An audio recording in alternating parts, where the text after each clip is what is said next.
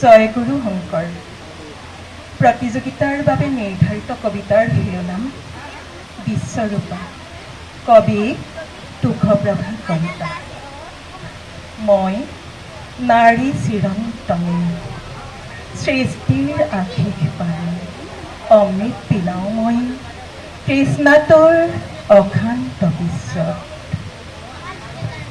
অনন্ত আকাশমুখী অযুত স্বপ্নই মোৰ ৰূপ পাই নিতে নিতে শত শত বিচিত্ৰ ছন্দত।